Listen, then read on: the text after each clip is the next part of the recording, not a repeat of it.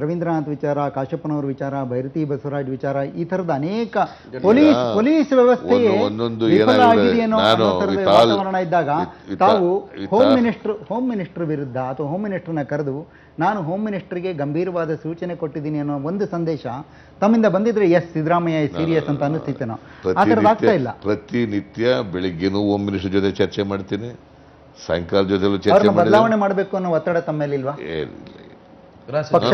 ಈಗ ಒಬ್ಬರನ್ನ ವಿನಾಕಾರಣ ಅವರಿಗೆ ತೊಂದರೆ ಕೊಡಬಾರ್ದು. ಔರಾದ್ಕರ್ನ ಟ್ರಾನ್ಸ್ಫರ್ ಮಾಡಿಬಿಡ್ತೀರಿ, ಹೋಮ್ ಮಿನಿಸ್ಟರ್ ಏನು ತಪ್ಪಿಲ್ಲ. ಇಲ್ಲಿ ಔರಾದ್ಕರ್ ಅವ್ರನ್ನ ಸ್ಥಾನದಿಂದ ತೆಗೆದುಹಾಕಿ. ಆಗ್ಲೇ ಮೊದಲೇ ಹೇಳಿದೆ ನಾನು, ಈ ಕಾರಣಕ್ಕೋಸ್ಕರನೇ ತೆಗೆದುಹಾಕಿದ್ದೆ. ಹೆಂಗೆ ಸರ್ ಅದು? ಇದು ಕಾಕ್ತಾಳಿ ಅಷ್ಟೇನೆ, ಕಾಕ್ತಾಳಿ. ಅವ್ರಿಗೆ ಹೆಂಗ್ ಕಾಕ್ತಾಳಿ ಆಯ್ತು? ಯಾವುದು? ಈಗ ನೋಡಿ, ನಮ್ಮಲ್ಲಿ ರಾಮರಾಯರು ಅಂತ ಇದ್ರು ಹಿಂದೆ. ಹಿಂಗೆ ಒಂದು ಅತ್ಯಾಚಾರ ಆದಾಗ ರಾಜೀನಾಮೆ ಕೊಟ್ಟರು ಹೋಮ್ ಮಿನಿಸ್ಟ್ರು. ಲಾಲ್ ಬಹದ್ದೂರ್ ಶಾಸ್ತ್ರಿ ರಾಜೀನಾಮೆ ಕೊಟ್ಟಿದ್ರು. ಈಗ ಅಂಥ ಇದು ಇವತ್ತಿನಲ್ಲಿ ರಾಜಕಾರಣದಲ್ಲಿ ಉಳ್ಕೊಂಡಿಲ್ಲ. ಆ ಥರ ಲಾಲ್ ಬಹದ್ದೂರ್ ಶಾಸ್ತ್ರಿ, ಕರ್ನಾಟಕದ ರಾಮರಾವ್, ಆ ಥರದ್ದವು ಈಗ ಇಲ್ಲ. ಆದರೆ ಒಬ್ಬ ಹೋಮ್ ಮಿನಿಸ್ಟರ್ ಆಗಿ ಪಾಪ ಅವ್ರು ಏನು ಕೆಲಸ ಮಾಡಬೇಕು ಅದನ್ನು ಅವ್ರ ಕರ್ತವ್ಯವನ್ನು ಅವ್ರು ನಿರ್ವಹಿಸಿದ್ದಾರೆ. ಕೆಲವು ಅಧಿಕಾರಿಗಳು ಲೋಪ ಮಾಡಿರ್ಬೋದು, ನಾನು ಇಲ್ಲ ಅಂತ ಹೇಳೋದಿಲ್ಲ, ಅಧಿಕಾರಿಗಳು ಲೋಪ ಮಾಡಿರ್ಬೋದು. ಈಗ ನಾನು ಯಾಕೆ ಒಂದು ಉದಾಹರಣೆ, ಸುಮ್ಮನೆ ಒಂದು ಅವನು ಯಾರೋ ಈಗ ಪೊಲೀಸ್ ಆಫೀಸ್ ನಾನು ಹೇಳಿದ್ನಲ್ಲ ರಫೀಕನ್, ಅವನು ಈಗ ಅವನದು ಮೇಲ್ನೋಟಕ್ಕೆ ತಪ್ಪು ಮಾಡಿದ್ದಾನೆ ಅಂತ ಅನಿಸುತ್ತೆ ನನಗೆ. ಯಾಕಂದ್ರೆ 376 ಆಗದೆ ಇರೋದು ತಪ್ಪಲ್ಲ. 10 ವರ್ಷ 15 ವರ್ಷ ಪೊಲೀಸ್ ಡಿಪಾರ್ಟ್ಮೆಂಟಲ್ಲಿ ಕೆಲಸ ಮಾಡಿ ಅವನಿಗೆ ಒಂದು ಕಂಪ್ಲೇಂಟ್ ಕೊಟ್ಟಾಗ ನಂದು ಒಮಿಷನ್ ಕಮಿಷನ್ ಏನು ಇರಬೇಕು ಅಂತಕ್ಕಂಥದ್ದನ್ನು ನೋಡ್ಕೋಬೇಕಲ್ಲ, ಅವನು ಏನಿದೆ ಅಂತಕ್ಕಂಥ ಮಾಡಬೇಕಲ್ಲ. ಕಂಪ್ಲೇಂಟ್ ಓದಿದ್ಮೇಲೆ ಯಾವ ಸೆಕ್ಷನ್ ಹಾಕಬೇಕು ಅಂತಕ್ಕಂಥದ್ದು ಅವ್ನಿಗೆ ಗೊತ್ತಿರಬೇಕಲ್ಲ. ಆ ಸೆಕ್ಷನ್ ಹಾಕೋದ್ರಲ್ಲಿ ಅವನು ಉದ್ದೇಶಪೂರ್ವಕವಾಗಿ ಗೊತ್ತಿಲ್ಲ ಹಾಕಿದಾನು. ಏನ್ ಭಾವನೆ ಬರುತ್ತೆ ಅಂದ್ರೆ ಆ ಕೆಳ ಹಂತದಲ್ಲಿ ಅಕೌಂಟಬಿಲಿಟಿ ನಿಂತು ಬಿಡುತ್ತೆ ಅಂತ. ಮೇಲ್ಗಡೆ ಯಾರು ಜವಾಬ್ದಾರಿ ಇರ್ತಾರೋ ಸಿಸ್ಟಮ್ ಅನ್ನ ಸರಿಯಾಗಿ ಇಟ್ಕೊಳ್ಳಕ್ಕೆ ಯಾರು ಜವಾಬ್ದಾರಿ ಆಗ್ತಾರೋ ಅವ್ರ ವಿರುದ್ಧ ಏನು ಕ್ರಮ ಆಗೋದಿಲ್ಲ. Over A period of time ಈ ಥರದ ಒಂದು ಸಿಸ್ಟಮ್ ಡೆವಲಪ್ ಆಗಿರೋದು ನಿಜ. ನಾನು ಐ ಡೂ ಅಗ್ರಿ. ಇನ್ನೂ ಕೂಡ ಅದನ್ನು ಹೆಚ್ಚು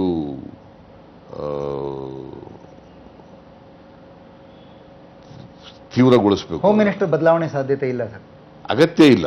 ಸಾಧ್ಯತೆ ಅನ್ನೋದಕ್ಕಿಂತ ಹೆಚ್ಚಾಗಿ ಅದರ ಅಗತ್ಯ ಇಲ್ಲ. ಅಗತ್ಯ ಇಲ್ಲದೆ ಹೋದ್ರೂ ಸಾಧ್ಯತೆ ಇರಬಹುದು. ಸಾಧ್ಯತೆನೂ ಇಲ್ಲ, ಅಗತ್ಯತೆನೂ ಇಲ್ಲ. ಯಾಕೆ? ಸಾಧ್ಯತೆ ಬೇರೆ, ಅಗತ್ಯತೆ ಬೇರೆ. ಅಗತ್ಯ ಇದ್ರೆ ಮಾತ್ರ ಸಾಧ್ಯತೆ ಉದ್ಭವ ಆಗೋದು. ಅಗತ್ಯನೇ ಇಲ್ಲದೆ ಹೋದ್ರೆ ಸಾಧ್ಯತೆ ಎಲ್ಲಿ ಬರ್ತದೆ? ಈಗ ಇದೇ ವಿಚಾರ ಇದ್ದಾಗ ಒಂದು ಪ್ರಶ್ನೆ ಕೇಳ್ಬಿಡ್ತೀನಿ. ವಿಬ್ಗಯಾರ್ ಶಾಲೆಯ ಮುಂದಿನ ಇದೆಯೇನು sir? Are you going to close down the school? ಅಥವಾ ಪೇರೆಂಟ್ಸ್ ಹೇಳ್ತಿರೋದು 4,000 ಮಕ್ಕಳಿದ್ದೀವಿ ನಾವು, ಸ್ಕೂಲ್ ಕಂಟಿನ್ಯೂ ಮಾಡಿ. ಈಗ ಮಾಡ್ತೀರಿ? ಈಗ ಒಂದು ರೌಂಡ್ ಅವ್ರ ಜೊತೆ ಮಾತುಕತೆ ಆಗಿದೆ. ಅವರಿಂದ ಬಂದಿರತಕ್ಕಂಥ ಸಲಹೆಗಳೇನು ಅಂತಂದರೆ, 3,000-4,000 ಜನ ವಿದ್ಯಾರ್ಥಿಗಳು ಅಲ್ಲಿ ಓದ್ತಾ ಇದ್ದಾರೆ. ಶಾಲೆ ಮುಚ್ಚೋದ್ರಿಂದ ವಿದ್ಯಾರ್ಥಿಗಳಿಗೆ ಭಾಳ ದೊಡ್ಡ ತೊಂದರೆ ಆಗುತ್ತೆ, ಪೇರೆಂಟ್ಸ್ಗಳಿಗೆ ಭಾಳ ತೊಂದರೆ ಆಗುತ್ತೆ. ಮುಚ್ಚಬೇಡಿ ಅಂತಕ್ಕಂಥದ್ದು ತೊಂದರೆ ಬಂದಿದೆ. ಈಗ ನಾವು ಯಾತಕ್ಕೋ ಬಂದರೆ ಯಾರಿಗೋ ಬರೆ ಹಾಕೋದು ಹಂಗಾಗಬಾರ್ದು.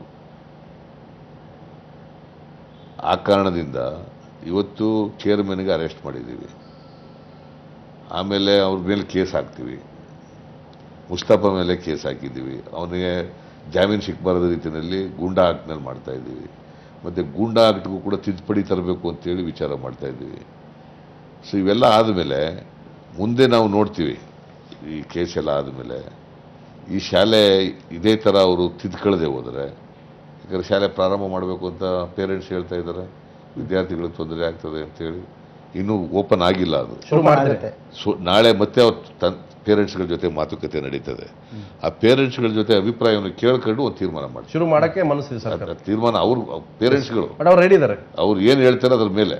ಸಿದ್ದರಾಮಯ್ಯ ಒಂದು ನೀವು ಹೇಳಿದಾರೆ, ಗೃಹ ಸಚಿವ ರಾಜೀನಾಮೆ ಅಗತ್ಯ ಇಲ್ಲ, ಅದ್ರ ಸಾಧ್ಯತೆ ಇಲ್ಲ ಅಂತೇಳಿ. ಬಿಜೆಪಿ ರಾಜ್ಯಾಧ್ಯಕ್ಷ ಪ್ರಹ್ಲಾದ್ ಜೋಶಿ ಹೇಳ್ತಾರೆ, ಅವರು ಮೈನಾರಿಟಿ ಅನ್ನೋ ಕಾರಣಕ್ಕೆ ಮೈನಾರಿಟಿಗೆ ಅವರು ಸಮುದಾಯಕ್ಕೆ ಸೇರೋದನ್ನ ಗೃಹ ಸಚಿವರು ಮುಂದುವರಿಸ್ತಾ ಇದ್ರಿ. ಸೊ ಇವರೆಲ್ಲ ಪಾಲಿಟಿಸೈಸ್ ಮಾಡ್ತಾ ಇದಾರೆ, ಅಂದ್ರೆ ಪೊಲರೈಸ್ ಮಾಡ್ತಾರೆ ಪಾಲಿಟಿಕ್ಸ್ನ ಅಂತ. ನಾನು ಅದನ್ನು ಹೇಳಕ್ಕೆ ಹೋಗಬಾರ್ದು, ನೀವು ಹೇಳೋದ್ರಿಂದ ಹೇಳ್ತಾ ಇದ್ದೀನಿ. ಅವ್ರು ಮೈನಾರಿಟಿ ಅಂತಲೇ ಮೈನಾರಿಟಿಗೆ ಸೇರಿದವರು ಅನ್ನೋ ಕಾರಣಕ್ಕೋಸ್ಕರನೇ ಇವ್ರು ರಾಜಕೀಯ ಮಾಡ್ತಾ ಇರ್ಬೋದೇನೋ ಅಂತ ಅನಿಸುತ್ತೆ ನನಗೆ. ಅದರ್ವೈಸ್ ಅಲ್ಲ, ನೀವು ಮೈನಾರಿಟಿ ಅನ್ನೋ ಕಾರಣಕ್ಕೆ ಉಳಿಸ್ಕೊಳ್ತಾ ಇದ್ರಿ ಅಂತ ಇಲ್ಲ ಅವ್ರು ಹೇಳ್ತಾರೆ. ಅದು ನೋಡ್ರಿ, ಇದರಲ್ಲಿ ಮೈನಾರಿಟಿ, ಬಹುಸಂಖ್ಯಾತ, ಹೈಕಮಾಂಡ್ ಪವರ್ಫುಲ್ ಇದ್ದಾರೆ ಜಾರ್ಜ್ ಅಂತ ಹೇಳಿ, ಬಹುಸಂಖ್ಯಾತರು ಆ ಪ್ರಶ್ನೆ ಇಲ್ವೇ ಇಲ್ಲ. ಈಗ ಹಾಗಾದ್ರೆ ನಾನು ಹೇಳ್ಬಾರ್ದು ಹೇಳ್ತೀನಿ. ಈಗ ಹೋಮ್ ಮಿನಿಸ್ಟರ್ ಆಗಿದ್ದವ್ರು ಯಾರು, ಹಾಲಪ್ಪ ಕೇಸ್ನಲ್ಲಿ ಅಶೋಕ್, ಆಗ ರಾಜೀನಾಮೆ ಕೊಟ್ಟರು ಅವರು. ಈಗ ಬಹಳ ರಾಜೀನಾಮೆ ಕೊಡಬೇಕು ಅಂತ ಒತ್ತಾಯ ಮಾಡ್ತಾರಲ್ಲ. ಅಲ್ಲ ಸರ್, ಇದು ರಾಷ್ಟ್ರ, ಇದು ದೇಶ ಅಲ್ಲ, ರಾಜ್ಯಾದ್ಯಂತ ನಡೀತಾ ಇರುವಂತಹ ಅನೇಕ ಮಿನಿಸ್ಟ್ರೇ ಜನಸಾಮಾನ್ಯರಿಗೆ ಆಗ್ತಿರೋ ತೊಂದರೆ ಸರ್. ನಾಟ್ಯ ಯಾರೋ ಒಬ್ಬ ದಾರಿ ಹೋಗವನಲ್ಲ, ಅಥವಾ ಮನಸ್ಥಿತಿ ಕೆಟ್ಟೋಗಿರ್ತಕ್ಕಂಥವನಲ್ಲ, ನೈತಿಕತೆ ಇವರು ನೈತಿಕ ಜವಾಬ್ದಾರಿ ಇರ್ತಕ್ಕಂಥ ಒಬ್ಬ ಹಾಲಪ್ಪನ ಮೇಲೆ ರೇಪ್ ಕೇಸ್ ಬಂದಾಗ ಅದು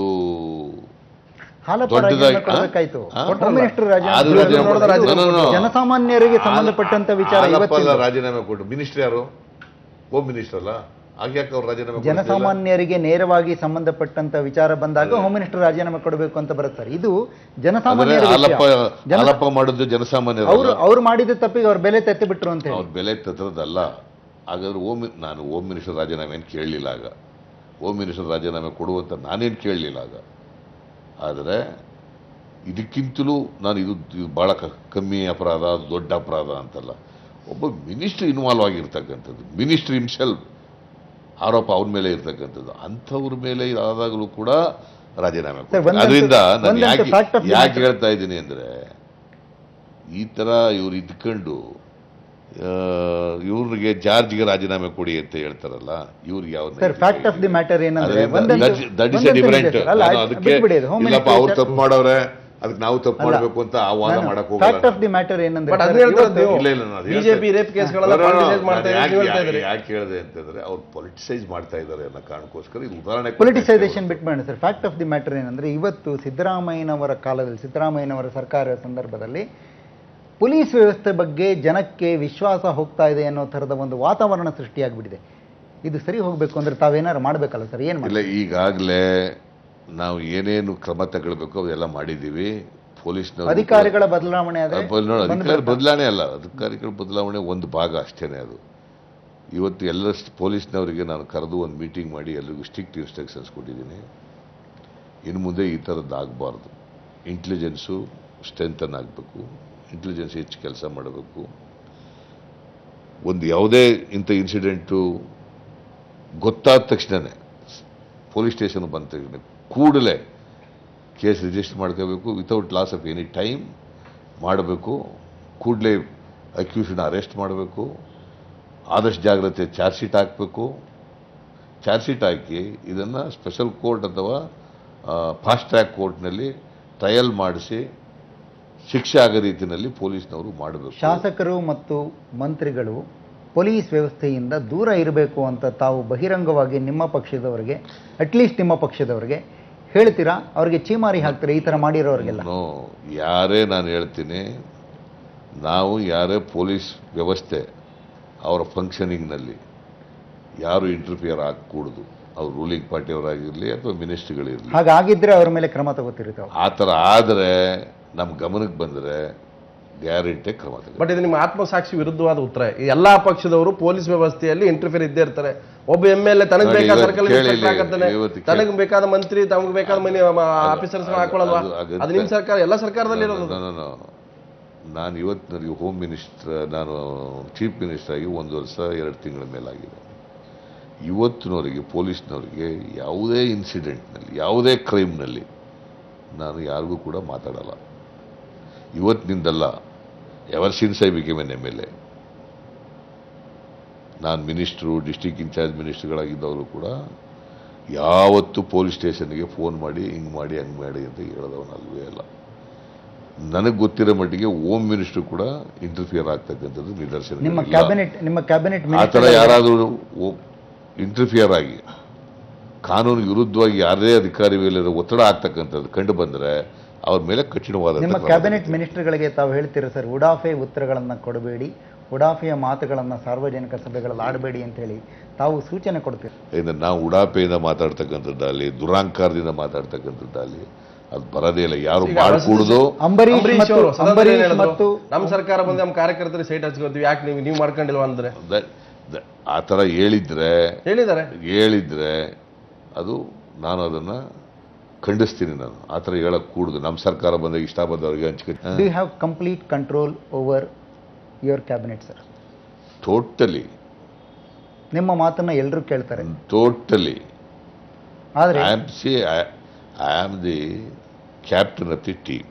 especially with regard to Parameshwar ಅವರ ವಿಚಾರ ತಗೊಂಡ್ರೆ ನಿಮಗೊಬ್ಬ ವೈಸ್ ಕ್ಯಾಪ್ಟನ್ ಬೇಡ ಅಂತ ಹೇಳೋ ತರದ ಒಂದು ನೀವು ಬಹಿರಂಗವಾಗಿ ಹೇಳದೇ ಇರಬಹುದು, ಬಹಿರಂಗವಾಗಿ ಹೇಳದೇ ಇರಬಹುದು.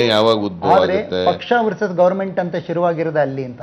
ಇಲ್ಲ ಅದಕ್ಕೂ ಸಂಬಂಧ ಇಲ್ಲ. ಈಗ ವೈಸ್ ಅವ್ರಿಗೆ ಡೆಪ್ಟಿ ಚೀಫ್ ಮಿನಿಸ್ಟರ್ ಮಾಡಬೇಕಾ ಬೇಡವಾ ಅಂತಕ್ಕಂಥದ್ದನ್ನ ಹೈಕಮಾಂಡ್ ಅವ್ರು ತೀರ್ಮಾನ ಮಾಡ್ತಾರೆ. ನಿಮಗೊಬ್ಬ ವೈಸ್ ಕ್ಯಾಪ್ಟನ್ ಬೇಕು ಅಂತ ಅನ್ಸಲ್ವ? ಇಲ್ಲಿ ಒಬ್ಬ ಕ್ಯಾಪ್ಟನ್ಗೊಬ್ಬ ವೈಸ್ ಕ್ಯಾಪ್ಟನ್ ಇರ್ತಾನೆ. ಅದು ಎಲ್ಲ ಹೈಕಮಾಂಡ್ ಅವ್ರು ತೀರ್ಮಾನ ಮಾಡಬೇಕು. ಇದು ಮಂತ್ರಿಮಂಡಲನೂ ಕ್ಯಾಪ್ಟನ್ಗೂ ವೈಸ್ ಕ್ಯಾಪ್ಟನ್ಗೂ ಹೋಲಿಕೆ ಮಾಡಕ್ ಬರಲ್ಲ. ಆ ಥರ ಹೋಲಿಕೆ ಬರಲ್ಲ. ರೇಪ್ ರಾಜ್ಯ ಅನ್ನೋ ತರದ ರೇಪ್ ರಾಜ್ಯ ಒಂದು ಇಂಪ್ರೆಷನ್ ಇಲ್ಲ. What is the solution sir? Apart from ಕಾನೂನು ಬಿಟ್ಟು ಇಂಪ್ರೆಷನ್ ಇವೆಲ್ಲವೂ ಕೂಡ ಕಾನೂನು ಬಿಟ್ಟು ಏನು ನಾನು ಒಂದು ಮನವಿಯನ್ನ ಮಾಡ್ತೇನೆ, ಮಾಧ್ಯಮದವ್ರಿಗೂ ಕೂಡ ಒಂದು ಮನವಿ ಮಾಡ್ತೇನೆ. ಇಂಥ ವಿಚಾರಗಳಲ್ಲಿ ಸ್ವಲ್ಪ ವೈಭವೀಕರಿಸ್ತಕ್ಕಂಥದ್ದು ಕೂಡ ಅಷ್ಟು ಎಲ್ಲರೂ ಹೇಳಲ್ಲ, ನಾ ಎಲ್ಲನೂ ಅಂತ ಹೇಳಕ್ ಹೋಗಲ್ಲ. ವೈಭವೀಕರಿಸ್ತಕ್ಕಂಥದ್ದು ಕೂಡ ಅಷ್ಟೊಂದು ಸಮಂಜಸ್ವ ಅಲ್ವೇನೋ. ಹಾಗೆ ಮಾಡದೆ ಹೋದ್ರೆ ಸರ್ಕಾರ ಮಾಡೋದಿಲ್ಲ ಅನ್ನೋ ತರದಿದೆ ಅಂತ ನನ್ನ ಅಭಿಪ್ರಾಯ. May be correct, I may not be correct. ನೀವು ಲಾಯರ್ ಆಗಿರೋದ್ರಿಂದ ನಿರ್ಭಯ ಪ್ರಕರಣ ಯಾವ ತರ ಆಯ್ತು? ನಿರ್ಭಯ ಪ್ರಕರಣ ಆದ್ಮೇಲೆ ತನ್ನ ಕಾನೂನು ಇದಾಗಿತ್ತು, ಇವತ್ತು ಭಯ ಬಂದಿದ್ದು. ಇರಬೇಕು, ಪ್ರಚಾರ ಆಗ್ಬೇಕು, ಜನರ ಜಾಗೃತಿ ಬರಬೇಕು. ಐ ಡೋಂಟ್ ಸೇ ಬಟ್ ಏನಾಗ್ತದೆ ಇದರಿಂದ ಒಂದು ನಿಮಿಷ ಇದರಿಂದ ಏನಾಗ್ತದೆ, ಈಗ ಜನಗಳು ಏನೋ ರಾಜ್ಯದಲ್ಲಿ ಬರೀ ಕಾನೂನು ಸುವ್ಯವಸ್ಥೆ ಸಂಪೂರ್ಣ ಕುಸಿದೋಗ್ಬಿಡದೆ, ಸರ್ಕಾರ ಇಲ್ವೇ ಇಲ್ಲ ಅನ್ನೋ ತಗರ ಭಾವನೆ ಬರುತ್ತೆ. ಮೆಸೇಜ್ ಹೋಗಲ್ವಾ ಅಂತ? ಆ ಥರ ಮೆಸೇಜ್ ಹೋಗ್ಬಾರದು. ಹೋಗ್ತಾ ಇಲ್ಲ, ಅದು ಹೋಗ್ತಾ ಇಲ್ಲ. ವಿರೋಧ ಪಕ್ಷದವರು ಅದನ್ನ ಪ್ರಯತ್ನ ಮಾಡ್ತಾ ಇದ್ದಾರೆ. ವಿರೋಧ ಪಕ್ಷದ ಅದೇ ಕೆಲಸ ನೀವಿದ್ರು ಮಾಡಲ್ವಾ? ವಿರೋಧ ಪಕ್ಷ ಈಗ ನೋಡಿ, ಮಾಧ್ಯಮದ ಮೇಲೆ ವಿರೋಧ ಪಕ್ಷದವರು ಪ್ರಯತ್ನ ಮಾಡ್ತಾರೆ. ಈಗ JDS-ನವರು ಅವ್ರು ಎಷ್ಟು ಮಾಡಬೇಕು ಅವ್ರು ಮಾಡ್ತಾರೆ. ವಿರೋಧ ಈ ನೈತಿಕ ಅಧಪತನ ಆಗಿದೆ ಅಂತ ತಾವು ಹೇಳಿದ್ರಲ್ಲ, ಇದು ಸುಧಾರಣೆ ಆಗಬೇಕು ಅಂದರೆ ಧರ್ಮಗುರುಗಳು ಅಂತ ಅನ್ನಿಸ್ಕೊಂಡವ್ರು ಇದಾರಲ್ಲ, ರಾಜಕಾರಣ ಮಾಡ್ತಿರುವಂಥ ಧರ್ಮಗುರುಗಳು ರಾಜಕಾರಣವನ್ನು ಬಿಟ್ಟು ಈ ಥರದ ಕೆಲಸ ಹೆಚ್ಚಿಗೆ ಮಾಡಬೇಕು ಅಂತ ತಮ್ಮಿಂದ ಏನಾದ್ರು ಒಂದು ಸಂದೇಶ ಹೋಗ್ಬೋದಾ? ನೈತಿಕತೆಯನ್ನ ಜನರನ್ನ ಸರಿಯಾದ ದಾರಿಯಲ್ಲಿ ನಡೆಸುವಂತಹ ಕೆಲಸ ಧಾರ್ಮಿಕ ಮುಖಂಡರಿಂದ ಆಗಬೇಕು ಹೊರತು ರಾಜಕಾರಣ ಅಲ್ಲ ಅಂತ. ಎಲ್ಲರದ್ದು ಜವಾಬ್ದಾರಿ ಇದೆ. ಧರ್ಮಾಧಿಕಾರಿಗಳದ್ದು ಜವಾಬ್ದಾರಿ ಇದೆ, ನಮ್ಮದು ಜವಾಬ್ದಾರಿ ಇದೆ, ಸಾರ್ವಜನಿಕರದ್ದು ಜವಾಬ್ದಾರಿ ಇದೆ. ನಾವೆಲ್ಲವೂ ಕೂಡ ಒಂದು ನಾಗರಿಕ ಸಮಾಜ ಕಟ್ಟಬೇಕಾಗಿರ್ತಕ್ಕಂಥದ್ದು. ಮರ್ಯಾದೆಯಿಂದ ಎಲ್ಲರೂ ಕೂಡ ಸ್ವಾಭಿಮಾನದಿಂದ ಬದುಕ್ತಕ್ಕಂಥ ಒಂದು ಸಮಾಜ ಕಟ್ಟಬೇಕಾಗಿರ್ತಕ್ಕಂಥದ್ದು. ಅಂಥ ಒಂದು ಸಮಾಜ ಕಟ್ಟಬೇಕಾದ್ರೆ ನೈತಿಕತೆಯೂ ಕೂಡ ಬಹಳ ಮುಖ್ಯ. ಆ ನೈತಿಕತೆ ಅಂತಕ್ಕಂಥದ್ದು ನಮ್ಮಲ್ಲೇ ಬರಬೇಕು. ಒಂದು ನೀವು ಹೇಳ್ತಾ ಇದ್ರಿ ಪೊಲಿಟಿಕಲಿ ಬಿಜೆಪಿ ಬಹಳ ಟ್ರೈ ಮಾಡ್ತಾ ಇದ್ರು. ಅವರು ಕೆಲವು ನಾಯಕರು ಹೇಳಿಕೆ ಕೊಡ್ತಾ ಇದ್ದಾರೆ, ಸದಾನಂದ ಗೌಡ ಕೂಡ ಈ ರೀತಿ ತಡೀದೇ ಹೋದ್ರೆ ನಾವು ನೈತಿಕ ಪೊಲೀಸ್ಗಿರಿ ಮಾಡಬೇಕಾಗತ್ತೆ. ಇದು ತುಂಬಾ ಅಪಾಯಕಾರಿ ಸ್ಟೇಟ್ಮೆಂಟ್. ಇದು ಅರಾಜಕತೆ ಸೃಷ್ಟಿ ಆಗುತ್ತೆ. ಸರ್ಕಾರ ನಾವು ಇಲ್ಲಿ ಕಂಟ್ರೋಲಿಂಗ್ ಇಲ್ಲ ಅಂತಂದ್ರೆ ನೈತಿಕ ಪೊಲೀಸ್ಗಿರಿಯ ಅಟ್ಟಹಾಸ ಬರುತ್ತೆ. ಅವರು ನೈತಿಕ ಪೊಲೀಸ್ಗಿರಿ ಮಾಡಿನೇ ಈ ತರ ವ್ಯವಸ್ಥೆಯನ್ನೆಲ್ಲ ಮಾಡ್ತಾ ಇರ್ತಕ್ಕಂಥದ್ದು. ನೈತಿಕ ಪೊಲೀಸ್ಗಿರಿ ಮಾಡ್ತೀವಿ ಅಂದ್ರೆ ನಾವು ಕೂಡ ಏನ್ ಕಠಿಣ ಕ್ರಮ ತಗೋಬೇಕು ಅದನ್ನ ತಗೊಳ್ತೀವಿ. ಸೊ ನೈತಿಕ ಪೊಲೀಸ್ಗಿರಿ ನೀವೇ ಬಿಟ್ಟು ಕೊಡ್ತೀರಿ ಅಂತ ಆಗುತ್ತೆ. ಕಂಟ್ರೋಲ್ ಆಗದೆ ಹೋದ್ರೆ who are they to take the law into their hands? Under what law they take the law into their hands? ಆ ಥರ ಮಾಡೋದಾದ್ರೆ ನೈತಿಕ ಅದೇನೋ ಮಾಡೋದಾದ್ರೆ ಅದ್ರ ಹೆಸರಿನಲ್ಲಿ ಏನಾದ್ರು ಮಾಡೋದಾದ್ರೆ you will take a very firm action and strong action against such persons. So ಒಂದು ರಾಜಕೀಯವಾಗಿ ದೇವೇಗೌಡರು ಕುಮಾರಸ್ವಾಮಿ ನಿಮ್ಗೆ ಬಹಳ ಹತ್ರ ಆಗಿದ್ದಾರೆ ಅಂತ ಒಂದು ಮಾತಿದೆ, ಅಂದ್ರೆ ಕೇಳ್ಪಟ್ಟಿವಿ. ಇತ್ತೀಚೆಗೆ ತುಂಬಾ ಸಾಫ್ಟ್ ಆಗಿದ್ದಾರೆ.